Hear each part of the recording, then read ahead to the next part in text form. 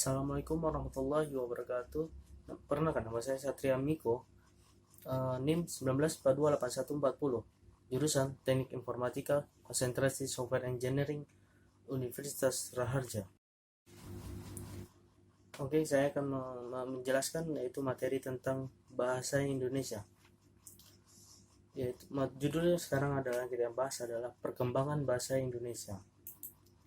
Yang kita ketahui yaitu materi-materi yang kita pelajari ada 4 bagian, yaitu persemian dan bahasa Indonesia, sumber bahasa Indonesia, faktor penyebab bahasa Melayu diangkat menjadi bahasa Indonesia, kedudukan dan fungsi bahasa Indonesia. Pasti kalian pernah dengar yaitu kerajaan Sriwijaya. Sumber bahasa Indonesia yaitu pertama kali ada di Sriwijaya. Mengapa? Bahasa Indonesia berasal dari bahasa Melayu. Bahasa Melayu dipakai sejak dari abad ke-7 sebagai bahasa perantara. Bahasa Indonesia berawal dari bahasa Melayu yang disahkan menjadi bahasa persatuan ketika Sumpah Pemuda tahun 1928. Kemudian pada tanggal 17 Agustus 1945, bahasa Indonesia dilakukan sebagai bahasa negara yang memiliki kedudukan dan fungsinya yang tinggi. Jadi bahasa Melayu itu merupakan ada sebuah kerajaan dari Sriwijaya yang pernah datang ke Indonesia dan yang memulai bahasa pertama kali dari kerajaan Sriwijaya. Awal mulanya adalah ketika kerajaan Sriwijaya maju ke wilayah Asia Tenggara menggunakan bahasa Melayu kuno sebagai bahasa perantara dengan kerajaan lainnya. Hingga kini bahasa Indonesia menjadi bahasa yang digunakan oleh seluruh masyarakat Indonesia. Dan yang kedua adalah sumber bahasa Indonesia. Bahasa Melayu digunakan bahasa kerajaan Sriwijaya berfungsi sebagai, yaitu adalah bahasa resmi kerajaan, bahasa perdagangan, dan bahasa kebudayaan, yaitu bahasa buku-buku atau yang berisi aturan-aturan hidup dan sastra. Contohnya seperti bahasa kebudayaan. Pada zaman kerajaan Sriwijaya, bahasa Melayu dijadikan sebagai bahasa kebudayaan, di mana bahasa ini digunakan pada bahasa buku pelajaran agama Buddha. Dan yang kedua adalah bahasa perhubungan. Selain bahasa kebudayaan, bahasa Melayu juga digunakan sebagai bahasa perhubungan, di mana digunakan oleh antara suku-suku di Nusantara. Perkembangan bahasa Melayu sangatlah cepat. Hal ini terlihat jelas dari peninggalan kerajaan Islam dalam bentuk batu tertulis maupun sastra. Kemudian bahasa Melayu menyebarkan ke pelosok-pelosok atau ke ujung perkampungan yang sangat awam maupun yang sangat pelosok, yaitu Nusantara, sejalan dengan menyebarkan agama Islam di Nusantara. Bahasa Melayu sendiri yang sederhana menjadikan bahasa ini mudah diterima oleh seluruh suku-suku dan seluruh masyarakat tersebut. Dan yang ketiga adalah bahasa perdagangan. Selain digunakan untuk antara suku, bahasa Melayu juga digunakan untuk bahasa perdagangan baik dari dalam maupun luar negeri. Perkembangan bahasa Melayu yang pesat ke antara pulau, antara suku, antara bangsa membuat bahasa ini juga berkembang di wilayah antara perdagangan. Apalagi bahasa Melayu tidak mengenal tingkah tutur. Dan yang keempat adalah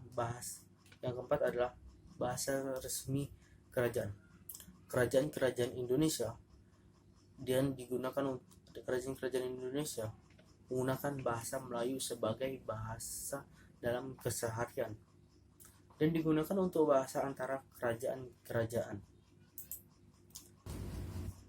Kemudian faktor penyebab bahasa Melayu diangkat menjadi bahasa Indonesia. Yang pertama adalah Language of French di Indonesia, bahasa perhubungan dan sistem perdagangan. Yang kedua adalah sistem bahasa Melayu, sederhana mudah dipelajari, suku Jawa, suku Sunda, dan suku lainnya. Dengan suku rela menerima bahasa tersebut, bahasa Melayu menjadi bahasa Indonesia, yaitu bahasa nasional Republik Indonesia. Dan yang keempat adalah bahasa Melayu mempunyai kesanggupan untuk dipakai sebagai bahasa kebudayaan dalam arti yang luas.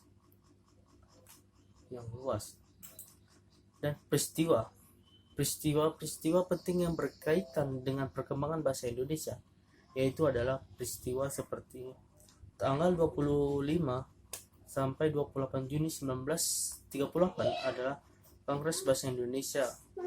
Dan yang kedua, bahasa. Fungsi bahasa nasional yaitu lembaga kebanggaan bangsa, lembaga identitas bangsa, alat persatuan antara suku, alat perhubungan. Bahasa Indonesia sebagai bahasa negara, berarti bahasa Indonesia adalah bahasa resmi. Demikian bahasa Indonesia harus dipergunakan bahasa Indonesia dalam hubungan antara badan pemerintah nasional dan disebarluaskan semua informasi menggunakan bahasa. Bahasa resmi itu seperti KTP atau kartu penduduk itu adalah bahasa resmi, seperti KTP, SIM. Dan yang kedua adalah dokumen negara, yaitu seperti buku nikah. Yang kalian pernah ketahui, pastilah kalian akan pernah merasakan menikah, dan pastikan juga akan menikah. Dan yang ketiga adalah dokumen negara, atau seperti kita bisa bilang yaitu Badan Pertanian Nasional, yaitu seperti sertifikat nasional untuk tanda pembuktian.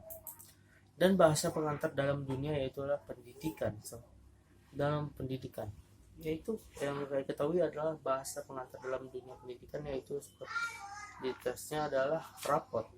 Seperti kalian juga pernah SD dan pernah sekolah dan pernah SMP, pasti kalian pernah mendapatkan, yaitu adalah rapot, itu sebagai aset dari sebuah nilai-nilai kalian, aset belajar kalian selama di sekolah. Dan alat perhubungan tingkat nasional untuk kepentingan tata cara perencanaan dan pelaksanaan pembangunan nasional serta pemerintah, jaringan kerjasama. Bahasa Indonesia sebagai perkembangan budaya nasional, ilmu dan teknologinya, IPTEK, yaitu kedudukan bahasa Indonesia ini diwujudkan dengan penyebaran luas ilmu tentang pengetahuan dan teknologi yang disampaikan melalui buku-buku pelajaran.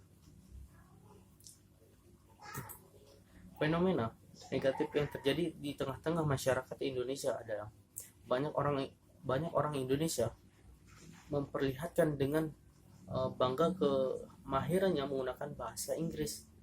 Walaupun mereka tidak menguasai bahasa Indonesia yang baik, banyak orang Indonesia merasa malu, apalagi tidak menguasai bahasa asing, yaitu bahasa Inggris, terutama yang kita wajib pelajari. Tetapi tidak pernah merasa malu dan kurang, apalagi tidak menguasai bahasa Indonesia. Hanya ini saja yang saya sampaikan. Mudah-mudahan materi ini bisa membuat manfaat bagi kalian semua dan bagi masyarakat Indonesia. Saya akhiri dengan wabillahi taufiq wal hidayah. Assalamualaikum warahmatullahi wabarakatuh.